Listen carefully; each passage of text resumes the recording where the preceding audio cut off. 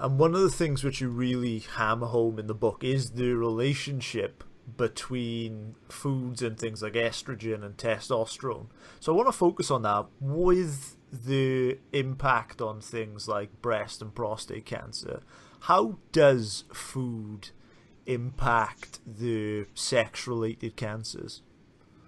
Yeah, in a major way, and this has become, well, let's focus on men for a minute. With prostate cancer, when I was in medical school, we were taught that all men will eventually get prostate cancer. It just has to do with being old.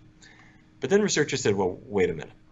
At Harvard, they brought in a large group of men, 21,000 men. And those men who consumed the most dairy were 34% more likely to get prostate cancer. The men who avoided dairy, less likely. They thought, oh, that's interesting. Let's see if it's really true. They did another study, 48,000 men, the health professionals follow-up study. And now it was dairy increased cancer risk about 60%. So the men who said, glass of milk, no way. Cheese, I don't eat it. Their risk of prostate cancer is dramatically less. What's that about? We know that prostate cancer, the prostate is this organ right below a man's bladder. Nature put it there to drive poor men crazy.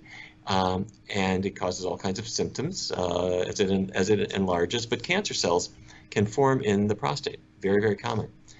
When a man drinks milk, something happens in his body very much like what happens when a calf drinks milk from the mother cow, which is the calf's milk helps the calf grow.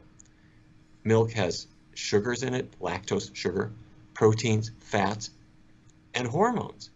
And in the calf's body, it causes certain hormone-like substances called IGF-1, is insulin-like growth factor number 1, and others, to increase in amount. And that makes the calf grow.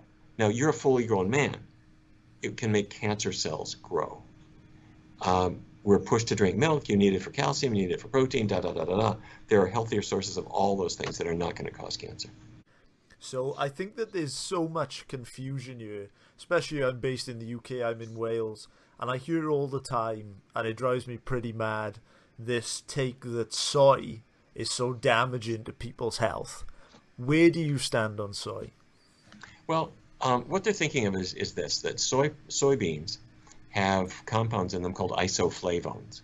And those were identified back in the 1930s, and the concern started because the isoflavones appear to attach to the estrogen receptor. So if you take a test tube and you put breast cells in them, the isoflavones from soy can attach to the receptor. So people started to speculate, well, could that cause cancer? Well, we've had more than enough time to study that. And if you look at large groups of women who consume different amounts of soy, and then you track who's getting cancer and who isn't. In fact, you could take the groups that are most effective to study are Asian women or Asian American women, for example, where some consume a phenomenal amount of soy, tofu, soy milk, miso, and so forth on a daily basis, and others may not have them. So it gives you a really good ability to look at the question. And the data are really clear. And that is, soy does affect cancer risk in the following way. The women consuming the most soy products have 30% less likelihood of getting cancer, or maybe more, maybe 40% less risk. So soy doesn't cause cancer, it does the opposite. It reduces the risk quite a lot, 30, 40%. So yes, soy products reduce cancer risk, but more than that, researchers have looked at women who have had cancer in the past. She was diagnosed, she was treated, what happens now?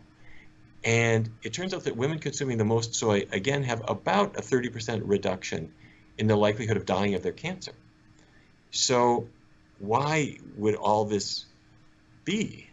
And you can get the answer by going down your stairs, walking out to the street, and getting in your car.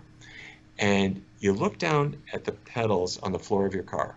And on the right, you're in Wales. Probably on the left, you've got the gas. Well, I forget. I got the gas on the right. Your gas on the right. Same as us. Okay, same as us. Great. The steering wheel is on the right. Our steering wheel is on the other side. All right, your right foot hits the gas. Right next to it is another pedal. And that pedal is the brake. Now, if you step on the gas, the car goes. If you step on the brake, the car stops. Isoflavones attach they don't attach to the alpha receptor so much. They attach preferentially to the beta receptor. So you can think of soy as the brake. And if you've got no brakes in your car, you're in trouble. So the idea about soy and breast cancer is an important one, but we now strongly encourage women to make soy part of their life. It's good in a couple ways. One is in and of itself, these chemical effects are helpful. But the other part of it is it's replacing something that would not have been good for you. If instead of a hamburger, you have the soy veggie burger, or instead of cow's milk, you have soy milk or soy yogurt, that is dramatically better than what it replaces. Now, let me be clear, you don't need soy. And I think all things in balance, you know, you don't want to have only soy, but it does seem to be beneficial, and it reduces the risk of developing cancer or dying of it.